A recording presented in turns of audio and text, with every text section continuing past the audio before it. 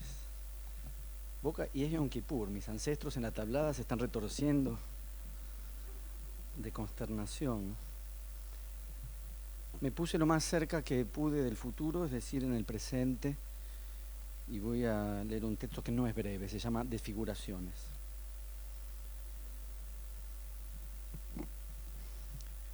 El 28 de noviembre de 1977, Manuel Mujica Lainez le escribió una de sus asiduas cartas a Oscar Monesterolo, joven interlocutor y amigo personal, desde Miraflores, su casa de San Isidro. En ella le refirió algo verdaderamente pintoresco, su participación en la fotografía colectiva con que la revista Gente consagraba, como por otra parte no ha dejado de hacer, a las personalidades del año. Unos pocos días antes, en carta del 22, le anunciaba la proximidad de ese evento. Según parece, le decía, no sin antes valerse de la ironía y emplear la palabra astros, yo representaré a los escritores. Bajo esta idea de representación, hay que entender que un escritor nunca es, en sentido estricto, un astro y difícilmente una personalidad socialmente destacada, pero que una revista de interés general como Gente no puede sino reservar un cupo fijo para ese rubro, el de los escritores, y que Manucho era, en esta ocasión, a quien le tocaba ocuparlo. En carta del 28, Mujica Lainez contaba cómo le había ido en el asunto.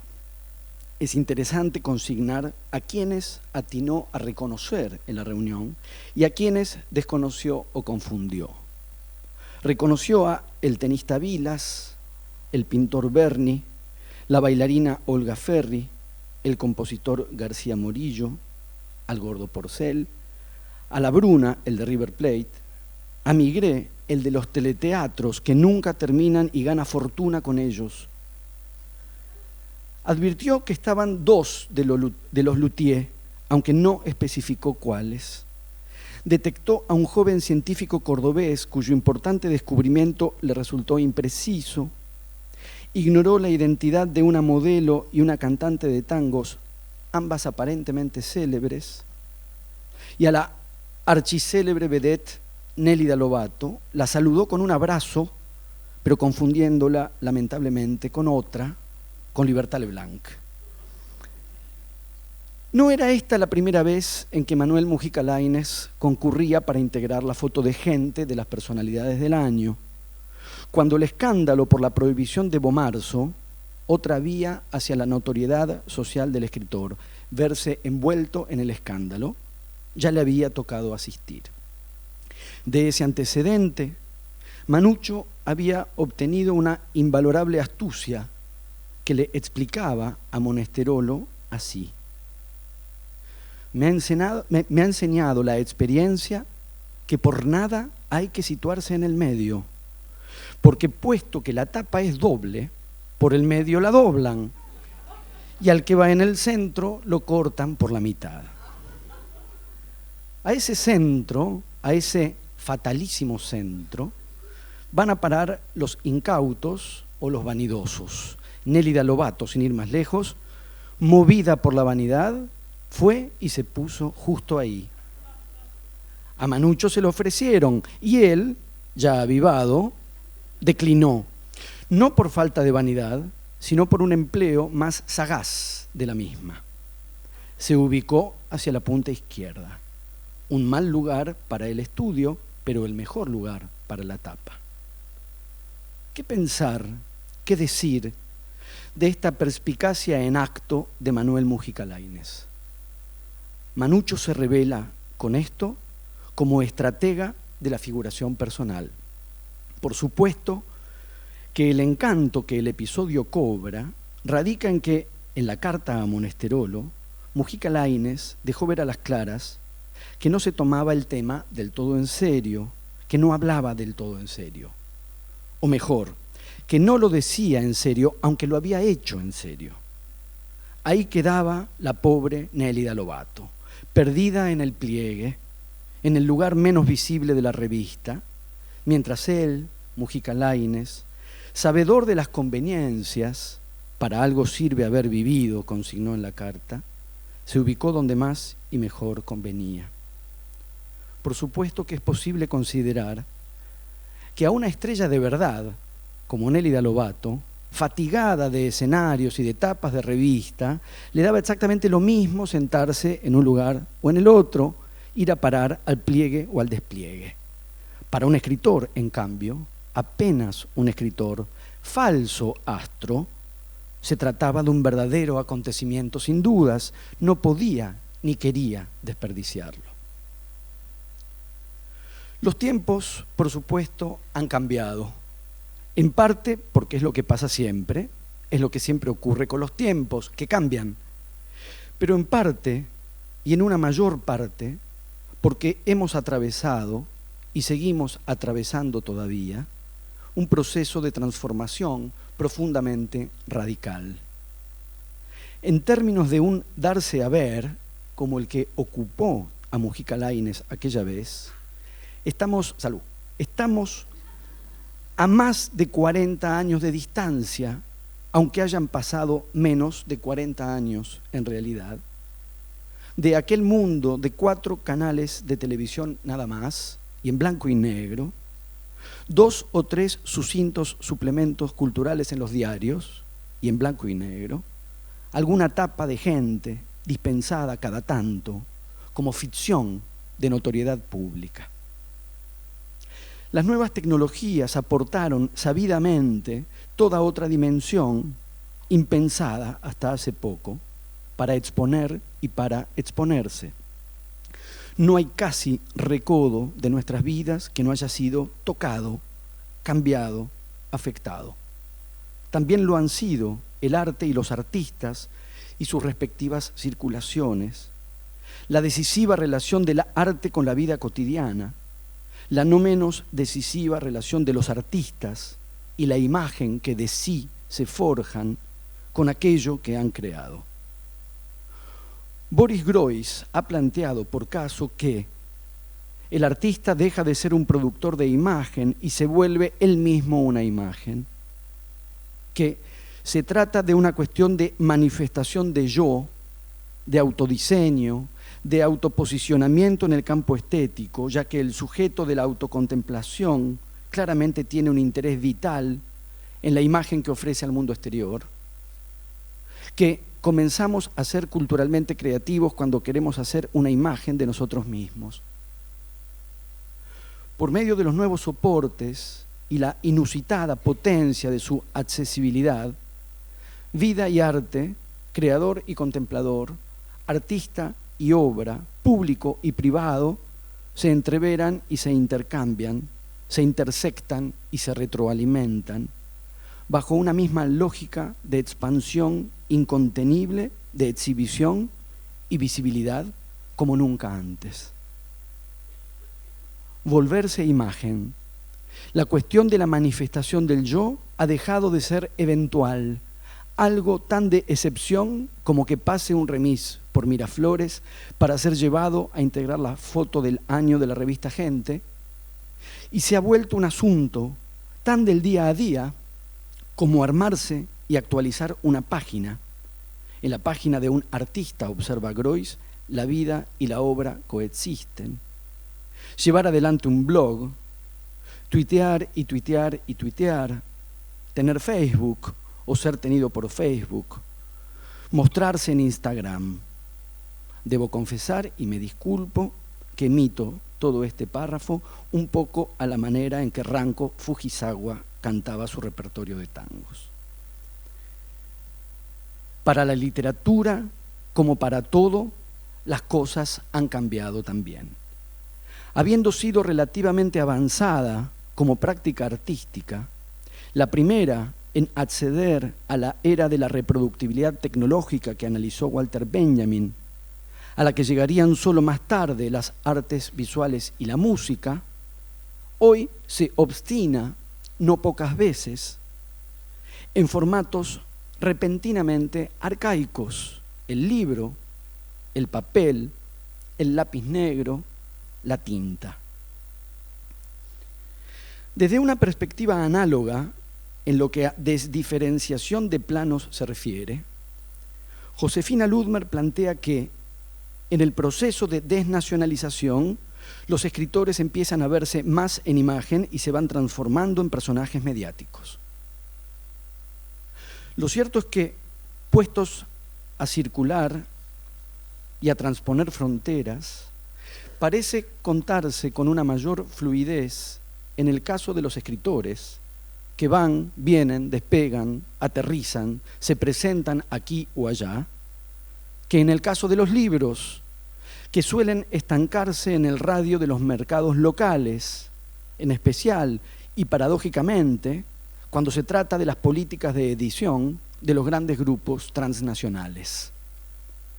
Pero si los artistas, más que ser hacedores de imágenes, empiezan a volverse ellos mismos, más que nunca, imagen, y si los escritores, más que ser los hacedores de personajes, empiezan a volverse ellos mismos, más que nunca, personajes, la pregunta pasaría a ser entonces, ¿a dónde ha ido a recalar el arte como tal? Pregunta que Groys minimiza.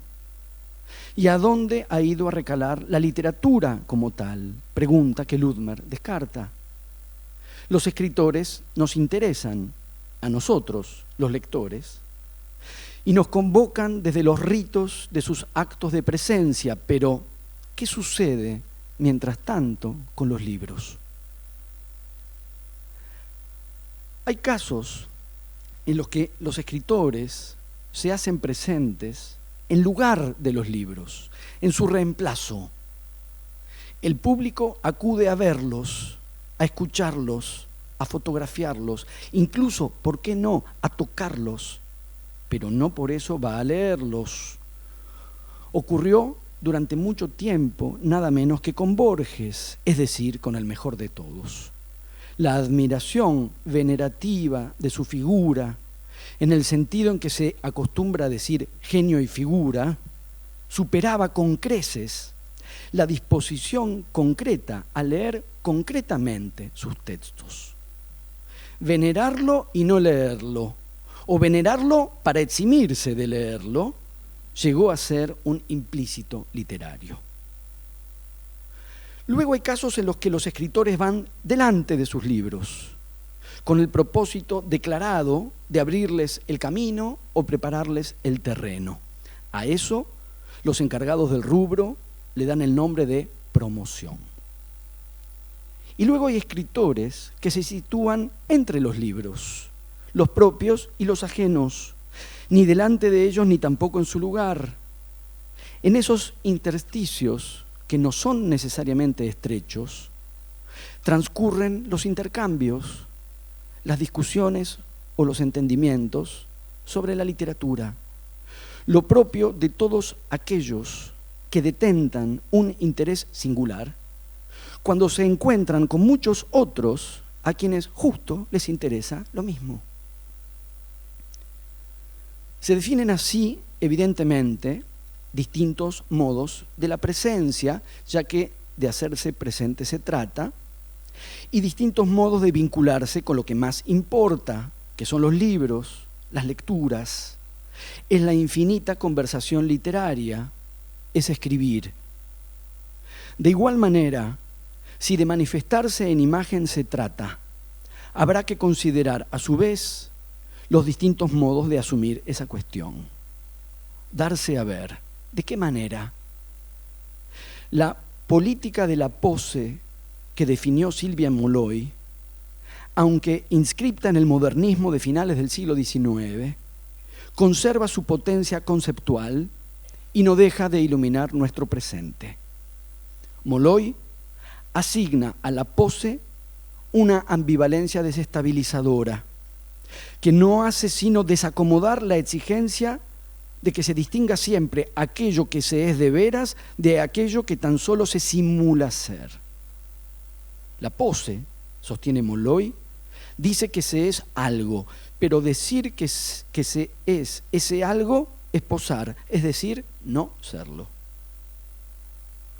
Un positivista empeñoso como José Ingenieros, por caso, no podía sino perturbarse ante un poseur como Oscar Wilde, tesitura que podría extenderse al dandismo fotográfico de Lucio V. Mansilla, a la fotogenia señorial de Witold Gombrowicz, a Fogwill, que posaba de loco, etcétera, etcétera, etcétera.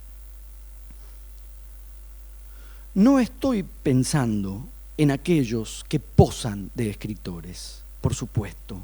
Estoy pensando en los escritores que posan, que es justo lo contrario.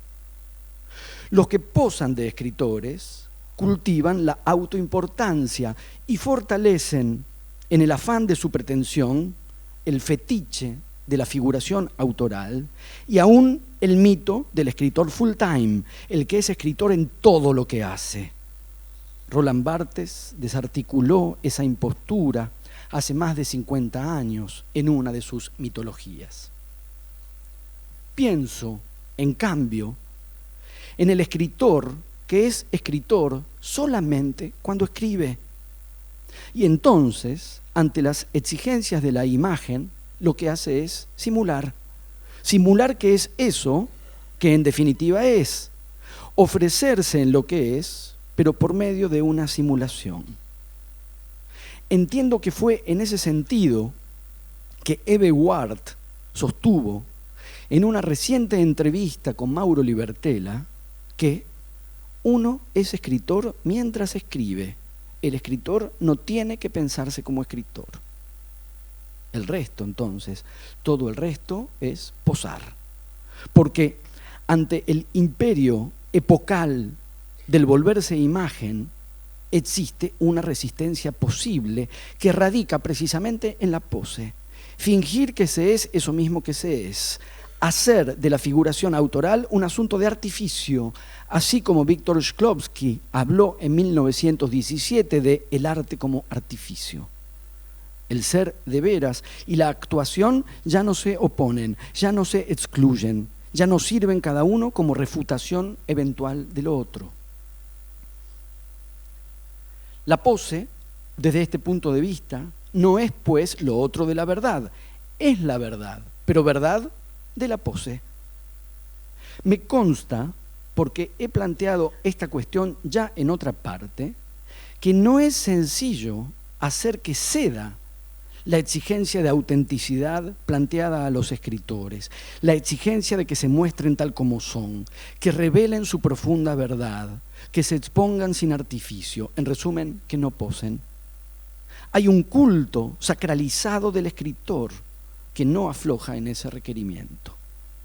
Pero si la verdad del escritor no es otra que el escribir, y no está en otra parte que en su escritura, en el darse a ver en imagen, ahí donde su obra se uniría a su vida, como dice Groys, o ahí donde le toca volverse personaje, como dice Ludmer, no hay más ni mejor verdad que posar. Posar, fingir, simular. ¿Qué cosa? Lo que se es. Para actuarlo, es decir, como si no se lo fuera.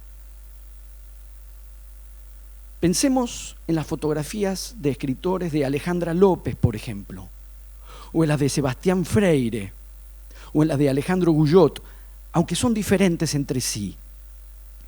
La verdad que captan no está dada naturalmente, más bien proviene de un artificio asumido y por ende, más que decir que esa verdad la captan, lo que corresponde decir es que la producen. No son del orden de la manifestación del yo. Refractan el volverse imagen como técnica de autoposicionamiento autoral. Su verdad es de extraposición. Es algo que se elabora y no meramente se recibe en la exterioridad de una mirada ajena. Las fotos de escritores de Daniel Morsinski, por su parte, apuestan a una descolocación radical. Se engendran en un fuera de lugar, se afianzan en el arte de la situación forzada. El escritor no se halla, se ve transido de la experiencia de no hallarse, lo que resulta rotundamente contrario de la noción de autoposicionamiento. Las fotos las toma Morsinski en el instante en que esa experiencia roza su límite. El efecto de artificio como antídoto infalible contra la fetichización del escritor es lo que estas imágenes imponen. El escritor luce fuera de lugar porque es un fuera de lugar. La descolocación lo define mucho más que la ubicuidad. Hay una breve serie de textos autobiográficos de Macedonio Fernández que se publicaron bajo este sugestivo título, A fotografiarse, y se enumeran precisamente así: pose número 1, pose número 2, pose número 3, pose número 4, pose número 5. En la primera autobiografía, o sea, en la primera pose, declara a lo Tristram Shandy: como no hallo nada sobresaliente que contar de mi vida, no me queda más que esto de los nacimientos. En la segunda admite: escribo bajo la depresiva inseguridad de existir. En la tercera dice: después de ese exitoso retrato, he trabajado 15 años en parecérmele. ¿Qué tal es la dificultad? Etcétera, etcétera. ¿Qué clase de existencia es esta que sucede y no precede al retrato? Que no se deja asumir con certeza, que carece de cosa especial para contar. Mostración y retraimiento se conjugan en este caso. No hay más darse que un sustraerse. Y es que Macedonio Fernández ocupa un lugar fundamental en esa tradición de escritores que Julio Premat definió como héroes sin atributos. No hay para esos escritores otra vía de afirmación que la negación, desdibujarse, escamotearse, disminuirse, falsificarse, anularse, son modos paradojales de constitución de una figura de autor. En Macedonio comienza, según Premat, lo cito, un gesto que se amplifica repetidamente luego, el de la representación de un autor ausente, el de una parodia de los procedimientos, el de una distorsión a veces violenta de la imagen de sí mismo. El mecanismo se continúa y se diversifica. En Saer, por ejemplo, adopta esta notable duplicidad. La atribución a la literatura de una función de primera importancia y, paradójicamente, un retraimiento del yo que escribe. No se trata, como puede verse, de fabular pseudonimias o de negarse a dejarse ver, lo cual, en última instancia, contribuye, por medio de la intriga, a alimentar la celebridad del autor en tanto que tal. Se trata de labrarse un nombre y se trata de un darse a ver que se juegan en el debilitamiento y en la premeditada vacilación. Una estrategia de ser escritor sin serlo, define Premat. Y ahí donde la imagen solicita que un escritor, como persona real, se haga presente y conste, cabe el recurso de, cito a Premat, mostrar, gracias a la prueba visual, que no hay nada que mostrar, que el escritor es un hombre como todos, que el autor es ese nadie del que nada puede saberse. Premat se ocupa de Macedonio Fernández y luego de Borges, de Saer, de Piglia, de César Aira. Como puede verse, no se aboca al rescate de olvidados, no se ocupa de subsanar relegamientos. Al contrario, hace centro en ese centro que, para resumir, llamamos canon. Pero demuestra hasta qué punto esa colosal plenitud literaria se ha labrado en gran medida con recursos de retracción personal en lo que a la autoridad del autor se refiere. Se ha labrado contra la arrasadora soberanía del que escribe y que se impone, por lo pronto, al que lee. pero que se impone también y al mismo tiempo a lo escrito, a lo que ese mismo que escribe, escribió. En resumen, y para decirlo de una vez, a la propia literatura. Los héroes sin atributos que postula Julio Premat lo son en su voluntad de debilitar la sacralidad del ser escritor para fortificar hasta el punto de la canonicidad el lugar de las obras y de sus lectores.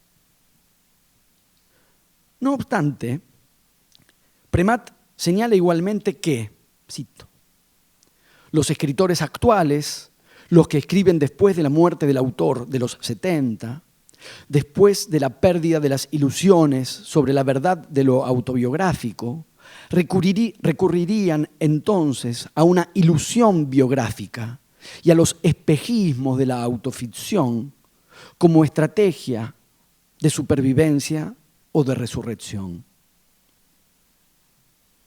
En efecto, el recurso a la autoficción es un rasgo que la crítica ha destacado por extendido y por recurrente en la literatura argentina contemporánea. Como autoficción o como giro autobiográfico, cito a Giordano, y en procura de volver a poner al autor como persona real en el centro de la escena, contar tiende a consistir cada vez más en contarse, y decir tiende a consistir cada vez más en decirse. Aunque una literatura del yo, literatura de sí, como biografismo que no se asume como ilusión o autoficción que no se asume como espejismo, literatura que, descreída de la elaboración de artificios y del poder de construcción de los procedimientos, en resumen, descreída de sí misma, se ofrecería menos como autoficción o como giro autobiográfico que como mera urgencia de autofiguración. La otra tendencia estética, no menos señalada y no menos proclive a la omnipresencia, es la del realismo. Se ve realismo por doquier. Realismo en Selva Almada y realismo en Washington Cucurto, realismo en Incardone y realismo en Hernán Roncino. Si en algún texto aparece una marca o una referencia política, se da por hecho que entonces es realista. Se asigna realismo a David Viñas y se asigna realismo a Alberto Laiseca. Se ve realismo donde uno acaso no lo esperaría, en César Aira o en Saer. Terminaremos, si es que no terminamos ya, por llamarle realismo a toda la literatura, con lo cual la definición, despojada de su valor diferencial, perdería su razón de ser, o la conservaría tan solo en su variante más elemental, como oposición de género a la literatura fantástica. Si de todo texto literario cabe decir, o se dice de hecho, que adscribe al realismo literario, hablar de realismo pasaría a ser redundante, ya que no habría literatura que no lo fuera. Lo que no deja de resultar llamativo para el caso de la literatura argentina, que cuenta con una subrayada tradición antirrealista, enarbolada, por lo pronto, por esos mismos escritores en los que se detuvo Premat, Macedonio, Borges, Saer. Tal vez habría que considerar que ambas tendencias confluyen, en verdad, como una sola, o que responden, en verdad, a un mismo impulso, que el giro autofigurativo y el realismo generalizado se implican el uno al otro, pese a que el subjetivismo no puede sino dominar todo relato de sí, y pese a que no existe ilusión más propiamente realista que la de la objetividad de la representación del mundo. La discordancia, por lo visto, se salva incluso si es antinomia. El fervor subjetivista y el propósito de dar con la objetividad del mundo se conjugan, finalmente, si el sujeto que suscita tal fervor no es otro que uno mismo, y si el mundo del que se está queriendo dar cuenta no es otro mundo que el propio. Pero es entonces que, más que un afán de realismo o de biografismo o incluso de autoficción, Lo que hay es afán de autofiguración. Mirarse y mostrarse, verse y darse a ver. Desvelo que pasaría a imponerse ahora, no por medio del relegamiento de los textos y la escritura, sino infiltrando los textos y la escritura, conquistándolos para su causa. Que pintar la propia aldea baste para pintar el mundo depende, a decir verdad, de la aldea que a uno le toque. Una esquina de barrio con los amigos de siempre puede acaso no bastar. Las sucesivas fiestas de las sucesivas noches pueden no bastar tampoco. Hay veces en que pintando la aldea se pinta solamente la aldea y nada más. Literatura de la constatación, de la verificación y de la inmediatez. Responde más al espíritu de los cuadros de costumbres o al de esa literatura que Beatriz Sarlo definió como etnográfica, que a la amplitud de miras y la superación de la capa superficial de las meras apariencias que serían más propias del realismo literario. La ironía que empleaba Macedonio Fernández al invocar la fidelidad fotográfica para corroer uno tras otro cada intento de contarse y dar cuenta de sí, se revierte ahora en esta pasión de autorregistro, por la que escribir es como filmarse o como fotografiarse. Y ni siquiera, porque aún ahí hay que asumir que existen artificios de por medio. El sujeto ya no es tan solo garantía por excelencia del testimonio que se da, tesitura que la propia Sarlo agudamente cuestionó. El sujeto pasa a ser ni más ni menos que aquello que se quiere testimoniar. Lejos de la desmesura de los grandes relatos del yo, la megalomanía de Sarmiento en Recuerdos de Provincia, el énfasis escalonado de los diarios de Witold Gombrowicz, prima en estas autofiguraciones el tono llano de quien se considera suficientemente interesante, sin necesidad de aditivos o refuerzos. Así como se considera que, para realismos, basta con la propia y módica porción de realidad. No es modestia, aunque parezca, es lo contrario. Los realismos y los yoes se expanden en inesperada alianza. Se narra siempre en primera persona y en riguroso tiempo presente. Se exhibe lo que se vive, se exhibe lo que se es. El que escribe y lo que se escribe son una y la misma cosa, es decir, pretenden serlo.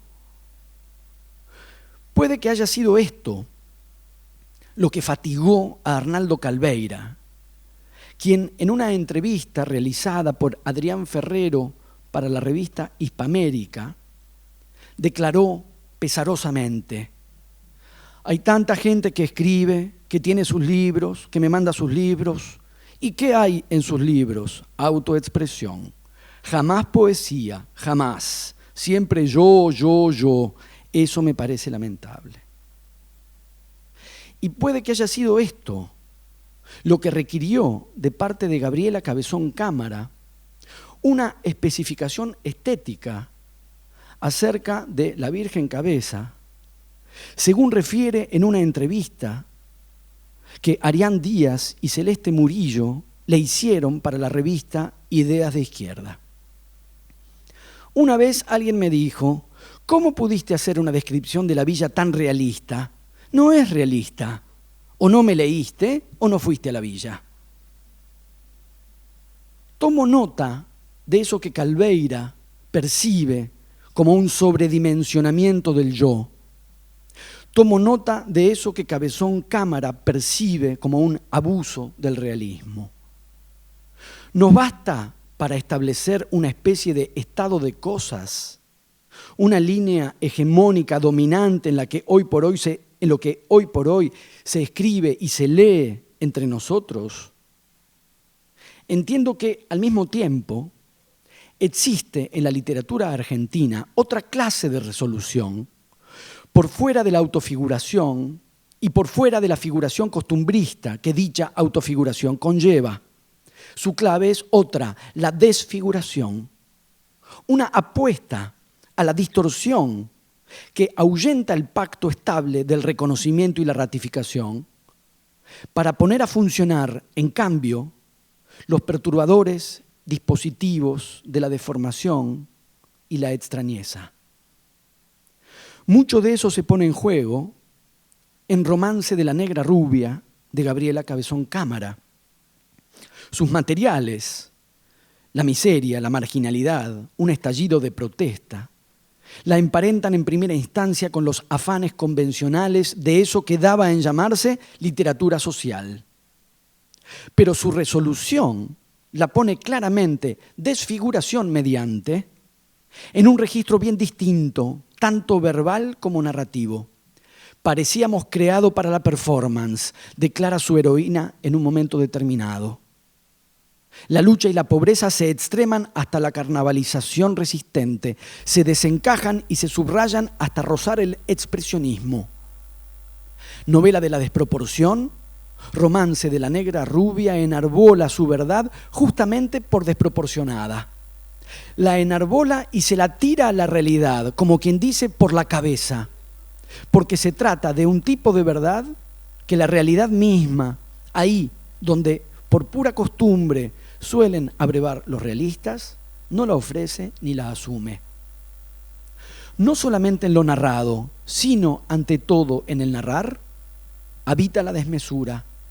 Cabezón Cámara desfigura la realidad social para contarla como exceso y en desborde. ¿Y qué otra cosa sino desfigurar, desconfigurar y reconfigurar hace Carlos Godoy en La Construcción? Remitirse, como se remite a las Islas Malvinas, metales radioactivos en las islas del Atlántico Sur, se subtitula el libro, podría instalarlo fatalmente en las coordenadas verificativas de la referencialidad. Las resonancias de la guerra es justo frente al monumento de los caídos, dice por ejemplo, podrían derivarlo a esa clase de verdad de la experiencia que se asienta en los testimonios. Y sin embargo, con maestría, Carlos Godoy disuelve la entidad fáctica de los referentes y se vale de los antecedentes. La novela está dedicada a Foucault, de esa literatura que corroyó desde un primer momento las garantías discursivas de los relatos de los que habían vivido los hechos. La Construcción está escrita en parte con la retórica tentativa que es propia de los exploradores, de los que se aventuran a lo desconocido y escriben para darlo a conocer. Pero Godoy revierte el mecanismo porque va hacia lo conocido y lo describe como si no se lo conociera. Podría decirse incluso que lo da a desconocer. Las islas se desrealizan. Las pequeñas tierras desaparecían, se esfumaban en la niebla como un espejismo en la arena. Espejismo, alucinación, esfumadas y neblinosas, como en Trasfondo de Patricia Rato, se desfiguran para revelar una clase de verdad que ninguna figuración sería capaz de procurarnos. La verdad de la alucinación, que las Malvinas son nuestra alucinación colectiva. Godoy extranifica la historia al narrarla desde un encuadre chino, a la manera de Bertolt Brecht, que apostaba al efecto distanciador de mostrar lo más cercano como si fuera lo más remoto. Godoy traduce a la realidad más abstracta, con el poder de sugestión que tienen las pesadillas, la historia y la geografía consabidas, al narrar una construcción cargada de un clima a lo Kafka.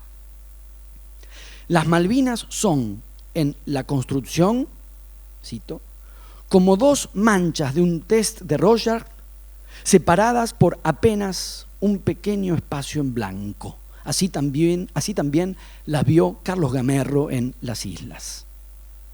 ¿Y qué otra cosa son las manchas del test de Rorschach sino un ejercicio de la desfiguración preconcebida para probar ante ella ¿Qué es lo que cada cual es capaz de figurarse? Las Malvinas son una prueba protocolizada del grado de sanidad o de ensaña de cada uno de los argentinos. La realidad social, los hechos del pasado, materiales propicios de por sí a la figuración realista o histórica, destacan por contraste el afán de desfiguración del romance de la negra rubia de Cabezón Cámara o de la construcción de Carlos Godoy. Pero también hay desfiguración en la neutralidad de apariencia científica de Roque Larraqui en Informe sobre ectoplasma animal, admirablemente duplicada por las ilustraciones de Diego Ontivero. Los habitantes de la casa dicen que algo invisible les interrumpe el paso en la puerta de entrada. Creen que es Federico, perro querido de la familia que murió en el umbral en 1948. O en la crónica, aparentemente razonada, de Ricardo Romero en La habitación del presidente. Me obsesiono y trato de pensar cómo es vivir en los edificios del centro, ahí donde nadie tiene una habitación para el presidente. Entre las tantas genialidades que debemos a Héctor Libertela, se cuenta el hallazgo de que en castellano, y solamente en castellano, la palabra yo se compone, o habría que decir, tanto mejor, que se descompone, por la juxtaposición del nexo copulativo y del disyuntivo o. Una letra, cito a Libertela, una letra que une y otra que a continuación separa o. ¿Se une o se divide? ¿Se integra o se escinde? Solamente quien ha sabido detectar esta prodigiosa revelación verbal podía escribir esa obra maestra de la autodesfiguración, de la autodesconfiguración, que es La arquitectura del fantasma, una autobiografía. ¿Cómo será la autobiografía de un nonato?, se pregunta ahí Héctor Libertela. Figurar, sí, o figurarse, en el sentido en que se usaba hasta hace un tiempo esa palabra, como imaginarse, como hacerse una idea, confrontar figuración de almendra. Pero solo desfigurándose, como lo hace César Aira consigo mismo en Embalse, o en Cómo me hice monja, o en El Tilo, o aún en Cumpleaños, para enrarecerse y no para darse a conocer o reconocer. Yo y o. ¿No es esa la condición colosal que asume el poeta en el diario de viaje de Fernando Murat? Unido en sí y separado de sí, entabla con su espíritu conversaciones, o habría que decir soliloquios, ciertamente inolvidables, sobre todo porque ese espíritu no asume tanto un carácter metafísico, no es el equivalente del alma, como el de la expresión de un determinado temperamento, en el sentido en que se dice que alguien tiene un espíritu jovial o que a alguien, por algún motivo, un día se le ensombrece el espíritu. El poeta, a un mismo tiempo, sabe de sí y no tiene idea, se manifiesta y se descompone. Los viajes fabulosos del diario de viaje de Fernando Murat, emprendidos con la enjundia de las grandes aventuras, del espíritu de aventura otra vez, van de Floresta hasta la Paternal, o como mucho hasta Barracas. Pero de golpe me sentí perdido, todo parecía muy lejano y mi espíritu, que se había preparado para las grandes aventuras, se asustó porque no reconocía los números de los colectivos. Murat entona epopeyas, las de quien surca mares desde un mundo hasta otro, pero en escalas de modesto cabotaje o en mapas reducidos de un traspaso apenas barrial. Es la maravillada escritura de la lectura de Joyce, de la lectura de la Odisea. Sabemos perfectamente bien, los que nos dedicamos a la literatura, cómo fue que se hizo conocido Pablo Cachajian. Se hizo conocido por haber escrito esa verdadera joya que lleva por título ¿Qué hacer? En ámbitos judiciales se manejan otros criterios. Desfiguración de un yo que se dispone en un insólito nosotros. Recién leyó algo bastante parecido en este sentido. Esa dupla atípica que lo alinea con ese tal Alberto. Cachajian narra la vida como si la famosa cita de Calderón de la Barca lo guiara, es decir, como si fuera sueño. Pero sueño no implica aquí ideal, ni tampoco difuminación onírica. Sueño implica repetición y desvío, recurrencia delirante y fuga hacia no se sabe qué.